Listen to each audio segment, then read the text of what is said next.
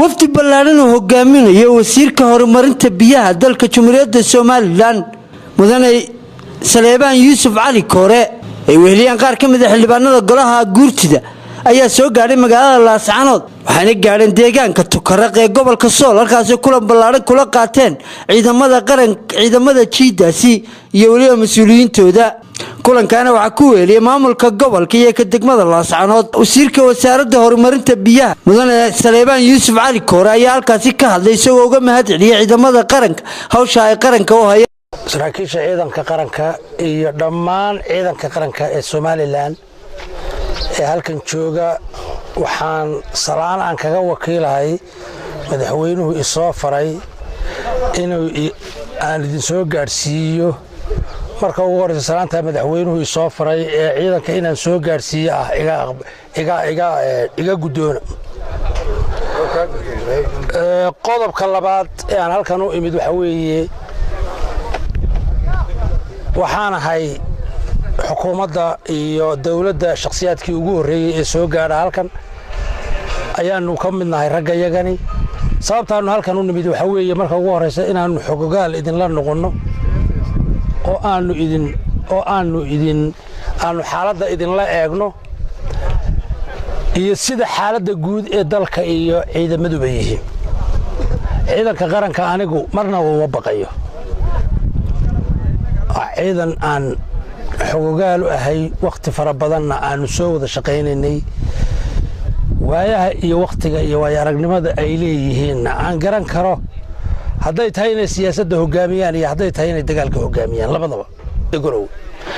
fariinta aan diraya mar labaad waxa weeye caasimadda Garowe ciidanka qaranka ee Jamhuuriyadda Soomaaliland uma socdo mana dhibayo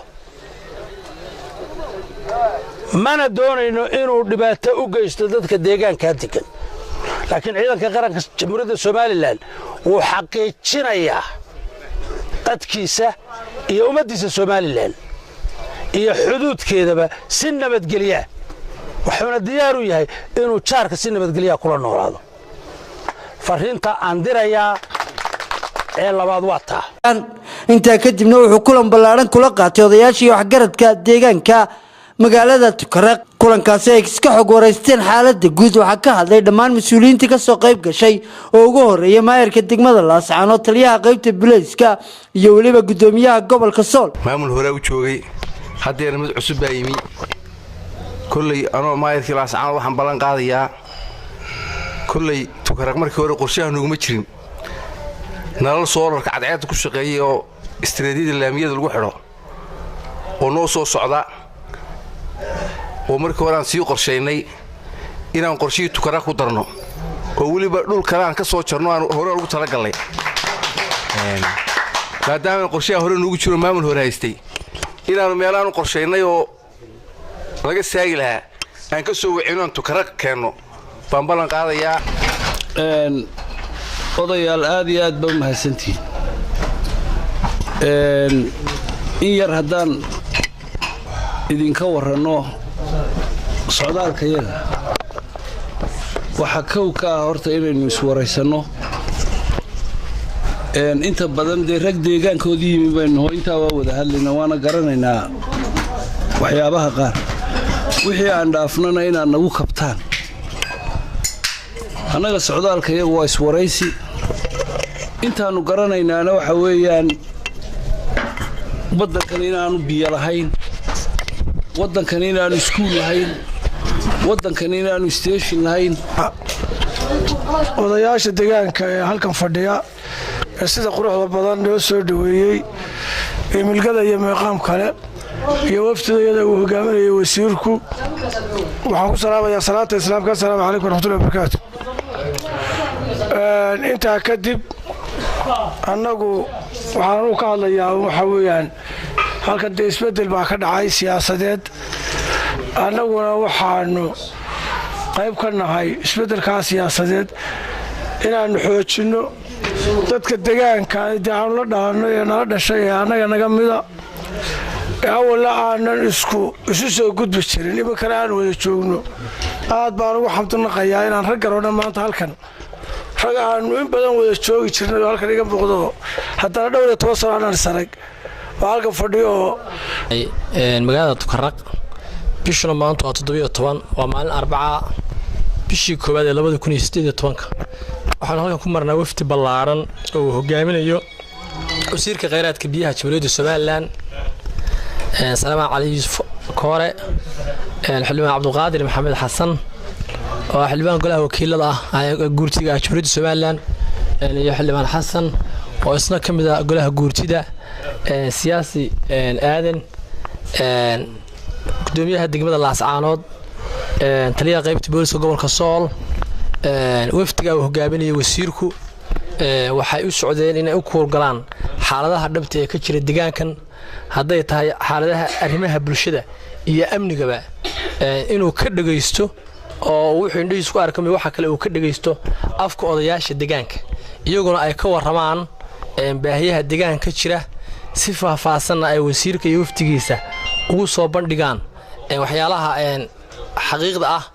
ee ay rabaan in maanta xukuumaddu ay ka qabato deegaankan hadeerna waxaan hadalkii xabaa anagu taas ku sitiigan maayo raalina weydin karnay waan idin soo dhaweynay wax xumaanihiin uma kala jirto annana xumaan idin ma hayno xoogaa daan halka ka soo baxo hadii anigu ilaa maantaan garaadsaday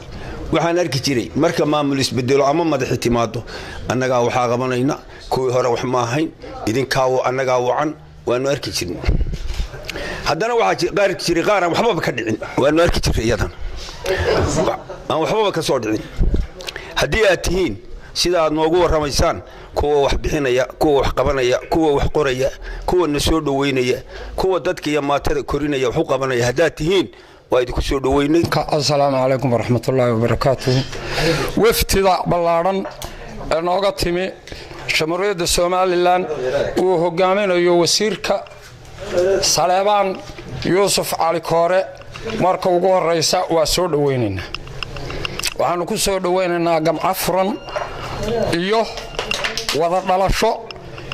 waxay la tahay saaka Tukaraqida meeshii tolkeed marabay martay meel kale uma go'ayso meeshii tolkeed maray bay martay horta meel kale uma go'ayso maamulada qaylinaya ee hadlaya gabagabadiina waxa halkaasi ka hadlay wasiirka oo dadka deegaankaasi uga mahad celiyay sida ay soo dhaweeyeen waa yimaada isbedelku wax ku cusubna caalamka maaha wax Soomaaliland iyo dhulbahante iyo Puntland ku cusubna maaha meeliba